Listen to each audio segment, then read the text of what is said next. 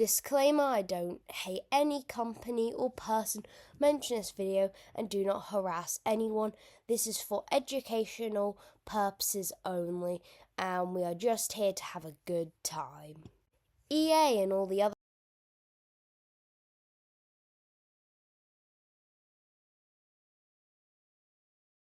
slop companies basically just make slop games and then charge an insane amount of money for them. Yay. Recently they got bought for a ton of money I can't comprehend. Jeez Louise, that's a big number. But we're going to talk about how to sell a game to them. Like, subscribe, and hit the bell, or else I will die and then be homeless. And with all of that, let's begin. So, we want to sell a game to EA, but first we got to learn their business practices. What do they accept? What do they not select? And what do they vomit on the fact that they see? Okay, let's see. Here's an example. Plants vs. Zombie Remaster. Let's look at it. Let's analyze it. Okay. So, we gotta make it costing a lot of money to make. And it must be open world. Okay. Ooh, yes. We gotta make sure that it's an insane price. It flops, then we sell, and then we lay off all our employees. That sounds like a really good idea. Also, I don't know why I said Plants vs. Zombie Remastered on this. Yeah. Use AI for most stuff. That will make so you have to pay less, because the less you spend, the more profit you make. Okay. Okay, I'm starting to see their business practices. It makes me want to vomit. Okay, now that we've analysed all of that, let's see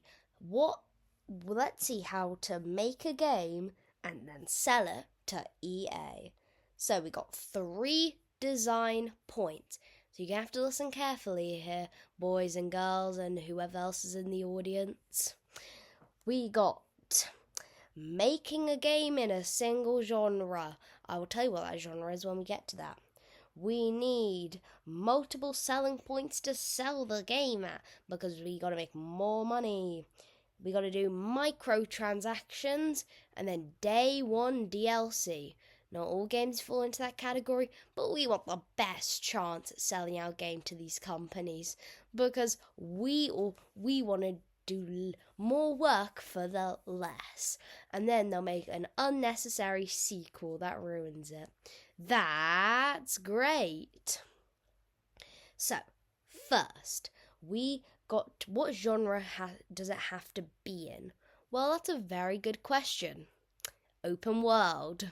Because it has to be. We have to add tons of unnecessary side quests for no reason, because once someone's bought it, we've got to make sure they continue to play it for no apparent reason. I always find that so weird. And when I say something is weird, something is weird. But how should we design our open world map? Well, let's add 1 starting area, a bunch of mini areas, and a bunch of other areas filled with a couple of key points, small little towns to go to, and split it apart of miles upon miles with a side quest every 10 minutes of every 10 minutes of gameplay. What? They didn't want a walking simulator? Welp, that's what they get.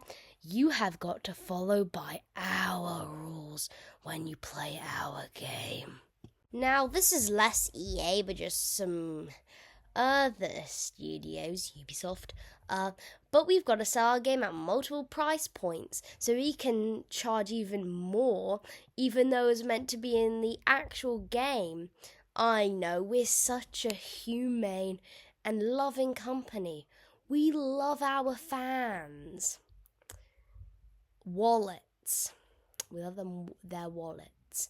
So you need your normal edition, now costs $90, then your gold edition, which is $500, and then your premium edition for your entire life savings. That'll be pretty good for a game that they'll play once and then never want to play again. And that'll definitely bring back our £1 billion investment into the game. This is that's a very smart decision when designing your game that you want to sell to EA or any other company. Now finally, we've got to do microtransactions, because every game now's got to be a live service game with microtransactions. Oh yeah, you've got to have multiplayer. Well, that's a point also, so this is technically the fourth point. But add microtransactions, because everyone loves spending $90 on a game and having to spend another $20 on a skin. That's enjoyment. That helps build creativity and is fun for the gamers. So now with all of that, how can we design a game? What game should we make? Okay, we got a couple of rules. So first, it's got to be open world. It's got to have a bunch of side quests with it taking 100 hours, but with most of it being blocked by grinding that no one asked for and also no one cares about. Did you see the problem? This is why I don't like AAA companies.